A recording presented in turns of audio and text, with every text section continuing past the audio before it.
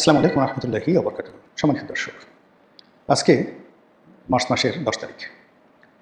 সামাজিক মাধ্যমগুলো রীতিমতো সয়লাব এবং দেশের মূলধারার পত্রপত্রিকা যারা রয়েছে তারা ইরানি সংবাদ মাধ্যম এবং ইরানি পত্রপত্রিকার বরাতে একটি খবরকে ফটো কার্ড বানিয়ে রীতিমতো ফেসবুক, ইউটিউব, টুইটার থেকে শুরু করে সব জায়গাতে যেভাবে তারা ভাইরাল করে দিয়েছে, তাতে করে বাংলাদেশের কোটি কোটি মানুষের মতো আমারও হৃদয় পুলকিত।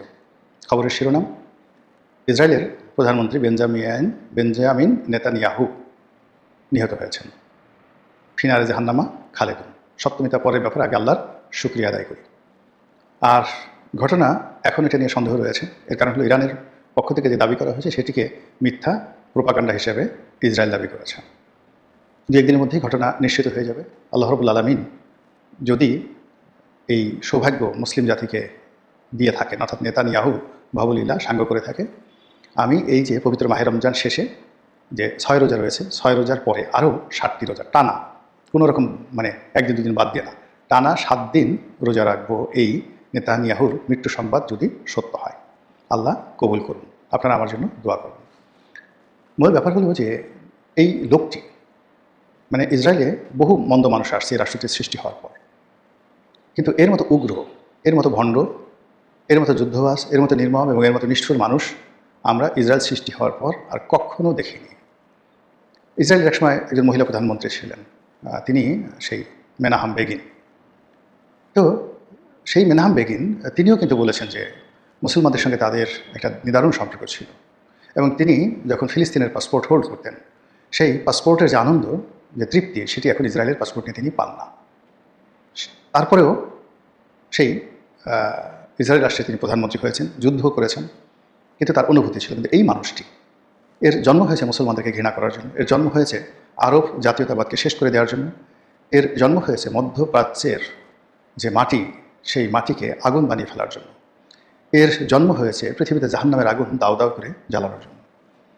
তার কার্যকালে সে যেভাবে লেবাননে আগুন ধরিয়েছে, যেভাবে সিরিয়াতে বোমা মেরেছে, যেভাবে বারবার পশ্চিম তীর এবং গাজা এখানে যে নির্মম হত্যাযজ্ঞ এবং ধ্বংসযজ্ঞ চালিয়েছে, বহুবার পবিত্র মাহে রমজান মাসে নামাজরত অবস্থায়, তারাবির নামাজের সময় তার পুলিশ যেভাবে পবিত্র বাইতুল মুকাদ্দাসে হামলা চালিয়েছে, মুসল্লিদেরকে নামাজরত অবস্থায় ব্রাশ ফায়ার করে মেরে ফেলেছে, এই নির্মম দৃশ্য এই পৃথিবী কখনো দেখেনি, এমনকি ক্রুসেডের সময় নয়। ফলে এই লোকটির জন্য খোদাই বিচার, আল্লাহর গজব সারা পৃথিবীর ধর্মবিশ্বাসী মানুষজনের বিশ্বাসকে আরও মজবুত করবে, পাকা করবে। হঠাৎ করে এই সময়টিতে যে একটা যুদ্ধ হলো, ইরানের সঙ্গে একটা যুদ্ধ হলো, কিংবা এর আগে গত বছর যে 12 দিনের যুদ্ধ হলো, সবাই বলা করছে যে এই যুদ্ধটি মূলত নেতানিয়াহু তিনি নিজে সৃষ্টি করেছেন। আর তিনি সৃষ্টি করেছেন যে অভ্যন্তরীণ রাজনীতিতে, ইসরায়েলের অভ্যন্তরীণ রাজনীতিতে তিনি এতটা কোণঠাসা হয়ে পড়েছেন যে তার ক্ষমতা হারানোর সম্ভাবনা প্রবল ছিল। 2 নম্বর হলো যে এই মানুষটি একেবারে আকণ্ঠ গলা পর্যন্ত তিনি দুর্নীতির সঙ্গে জড়িত, নিমজ্জিত। তার সেই দুর্নীতির মামলা চলছে, এবং সেই দুর্নীতির মামলায় তার যাবজ্জীবন কারাদণ্ড হয়ে যাওয়ার সম্ভাবনা। তো দেশে যখন যুদ্ধের মতো জরুরি পরিস্থিতি থাকে, তখন এই ধরনের মামলার কার্যক্রম এবং বিচার কাজ বন্ধ থাকে। গত বছর তিনি এই দুর্নীতির মামলা যখন একেবারে রায়ের পর্যায়ে আসবে, তখন তিনি অলনে ছাড়েন, তিনি ইরান আক্রমণ করে বসলেন। আর এই বছর সেই দুর্নীতির মামলা থেকে শুরু করে আরও অনেকগুলো যে ক্রাইসিস, বিশেষ করে সামনে যে নির্বাচন, সে সব মিলিয়ে এই যুদ্ধটিকে তিনি অনিবার্য করে ফেলেছিলেন। একই অবস্থা কিন্তু যে আমেরিকার যে দোসর ইউক্রেনের যে বর্তমান প্রেসিডেন্ট, এও কিন্তু অনেকটা সেই আমাদের ডক্টর মোহাম্মদ ইউনূস বা ওই যে আরেক শান্তি বিজয় মাসাদো, কিংবা ধরুন হামিদ কারজাই, এই প্রকৃতির একজন মানুষ। নাটক, টেলিভিশনে তিনি অনেকটা হাস্যরসাত্মক অভিনয় করতেন। তো এই মানুষটিকে পাপেট রূপে সেখানে বসানো হয়েছে। তার না ছিল কোনো জনপ্রিয়তা, না ছিল কোনো গণভিত্তি, এবং তিনি এটি যাকে বলা হয় আমেরিকার সেই মদদে, আমেরিকা যেভাবে বাংলাদেশের রেজিম চেঞ্জ করেছে, যেভাবে পাকিস্তানের রেজিম চেঞ্জ করেছে, একইভাবে এই যিনি এখন জেলেনস্কি আছেন, তার নেতৃত্বে একটা অভ্যুত্থান ঘটিয়ে জনপ্রিয় এবং জনগণের ভোটে নির্বাচিত সরকারকে, যে সরকার রাশিয়ান ব্যাক ছিল, প্রো রাশিয়ান ছিল, আমাদের যেমন আওয়ামী লীগ প্রো ইন্ডিয়ান ছিল, ওইরকম প্রো রাশিয়ান একটি সরকার ছিল।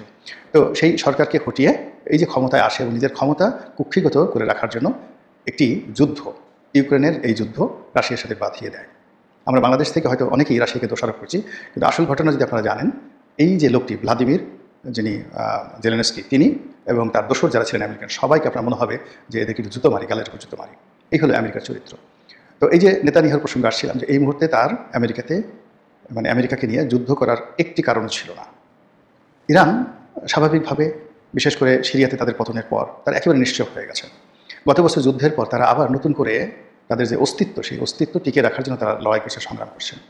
তাদের মুদ্রার মান, মানে মুদ্রাস্ফীতি এমনভাবে বেড়ে গেছে যে বলা হয়ে থাকে যে 1 কেজি সবজি কেনার জন্য 1 কেজি টাকার দরকার হয়। ইরানি মুদ্রার মান এত নিচু পর্যায়ে চলে গেছে।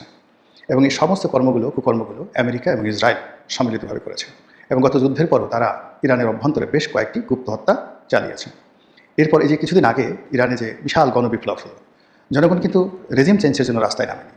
তারা রাস্তায় নেমেছে মূল্য বৃদ্ধি, মানে দ্রব্যমূল্যের বৃদ্ধি, টাকার মূল্যমান কমে যাওয়া, এগুলো নিয়ে। এবং সেই কাজে ডোনাল্ড ট্রাম্প সেখানে সর্বশক্তি নিয়োগ করে মানে এই বিপ্লবটিকে এমন একটা পর্যায়ে নিয়ে গেছে, ফলে ইরান সরকার কঠোরভাবে সেই বিদ্রোহ তারা দমন, মানে এখনও পর্যন্ত, মানে এই যে যুদ্ধ শুরুর আগ পর্যন্ত হয়তো 70% সেই বিদ্রোহ দমন করা হচ্ছিল, বাকি 30% বিদ্রোহ কিন্তু রয়ে গেছিলো। জনগণ তখন রাস্তায় ছিল। ইরান বড় দেশ, বাংলাদেশের মতো প্রায় 30-35টি দেশের মতন বড় দেশ। তো এই অবস্থাতে ইরান মনে করলো যে তাদেরকে যে কোনো মূল্যে সার্ভাইভ করতে হবে। এখন সেই সার্ভাইভ করতে গিয়ে খাদ্য পণ্য থেকে শুরু করে অন্যান্য যে সকল জিনিসপত্রের গগনচম্বী দাম, সেটি নিয়ে ইরানের একটা ত্রাহি অবস্থা। এবং এটাকে সুযোগ মনে করে নেতানিয়াহু এবং ট্রাম্প মনে করলো যে এখন যদি আমরা ইরানে আক্রমণ চালাই, ইরানের সব কিছু খান খান হয়ে যাবে। কিন্তু প্রকৃতির বিচার বড় নির্মম। যেভাবে ইসরায়েল আক্রমণ চালিয়েছে, যেভাবে মানে আমেরিকা আক্রমণ চালিয়েছে, তাতে 24 ঘন্টা ইরানের অস্তিত্ব থাকার কথা নয়, রেজিম চেঞ্জ হয়ে যাওয়ার কথা। কিন্তু ঘটনা উল্টো হয়েছে। যে সকল লক্ষ লক্ষ মানুষ রাস্তায় নেমে বিদ্রোহ করছিল, তারা এখন আমেরিকার বিরুদ্ধে স্লোগান দিচ্ছে, নেতানিয়াহুর বিরুদ্ধে স্লোগান দিচ্ছে। যে রাজনৈতিক অনৈক্য ছিল, সরকারের মধ্যে যে অসন্তোষ ছিল, সব এলোমেলো করে দিয়ে এখন সবাই আধুনিক ইরানের যে জাতীয়তাবাদ, যে ইসলামাইজেশন, সেই ইসলামাইজেশনের পক্ষে সবাই দাঁড়িয়ে গেছেন।